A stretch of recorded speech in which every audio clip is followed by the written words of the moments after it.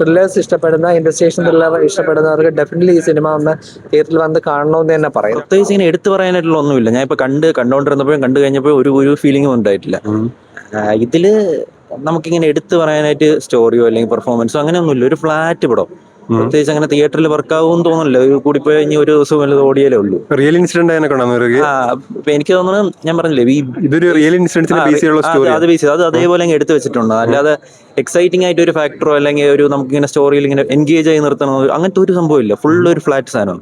നല്ല സിനിമയാണ് എന്ന് പറയുമ്പോൾ പത്മകുമാറിന്റെ ലാസ്റ്റുള്ള സിനിമകൾ പോലെ ഒരു സോഷ്യൽ ഇഷ്യൂ അഡ്രസ് ചെയ്തിട്ടുള്ള സിനിമയാണ്. നന്നായിട്ട് ചെയ്തിട്ടുണ്ട്. പിന്നെ ആക്ടേഴ്സ് ആയാലും റോഷൻ നന്നായിട്ട് ചെയ്തിട്ടുണ്ട്. പിന്നെ ബൈജു, ശ്രുതി മേനോൻ, അവരൊക്കെ ഒരു നല്ലൊരു മികച്ച കഥാപാത്രങ്ങളാണ്.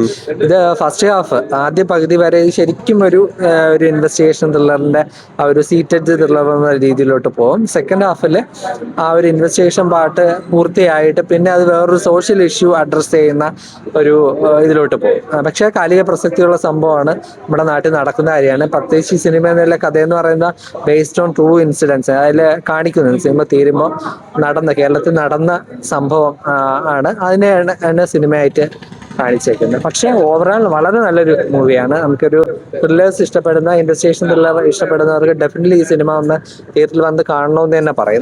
ഫുള്ള് പ്രഡിക്റ്റബിൾ കേട്ടോ, പിടിച്ചിരുത്താൻ പറ്റുന്ന ഒന്നുമില്ല. സെക്കൻഡ് ഹാഫ് ഒക്കെ നല്ല ലാഗ്. പിന്നെ അവർ റിയൽ സ്റ്റോറിയാണ് ഉദ്ദേശിക്കുന്നത്, അത് ലാസ്റ്റ് ജസ്റ്റ് പറയുന്നുണ്ട്. പക്ഷെ ഇൻവെസ്റ്റിഗേഷന്റെ പോർഷനിൽ നമുക്ക് പിടിച്ചിരുത്താൻ പറ്റിയ ഒരു സാധനം പോലും ഇല്ല. ചുമ്മാ 2-3 ക്യാരക്ടർ കാണിക്കുന്നത്, നമ്മൾ എന്താ പറയുക, പ്രഡിക്റ്റ് ചെയ്യുന്ന സെയിം സാധനം തന്നെ ഇങ്ങനെ വന്നു പോകും. റിയൽ ഇൻസിഡന്റ് ആയതുകൊണ്ട് അങ്ങനെയല്ലേ വരാൻ പറ്റൂ.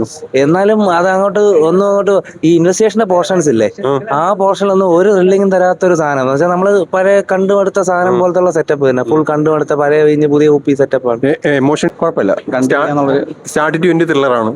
ഇതൊരു ക്രൈം ത്രില്ലർ മൂവിയാണ്. പിന്നെ ഇതൊരു റിയൽ ബേസ് ചെയ്തിട്ടുള്ള റിയൽ സ്റ്റോറിയാണ്.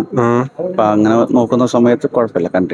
ക്ലൈമാക്സ് ഒക്കെ പ്രെഡിക്റ്റബിൾ ആണോ അതോ നമുക്ക് ക്ലൈമാക്സ് എന്ന് പറയുന്നത് ഇതിന്റെ റിയൽ നടന്നൊരു സ്റ്റോറിയെ ബേസ് ചെയ്താണ് പോകുന്നത്. അപ്പൊ ക്ലൈമാക്സ് വരുന്ന സമയത്ത് നമുക്ക് ചെറുതായിട്ടൊരു ഫീൽ വരുന്നുണ്ട്. ഒരു വൗ ഫാക്ട് ഒക്കെ ഫീൽ ചെയ്യുന്നുണ്ടോ?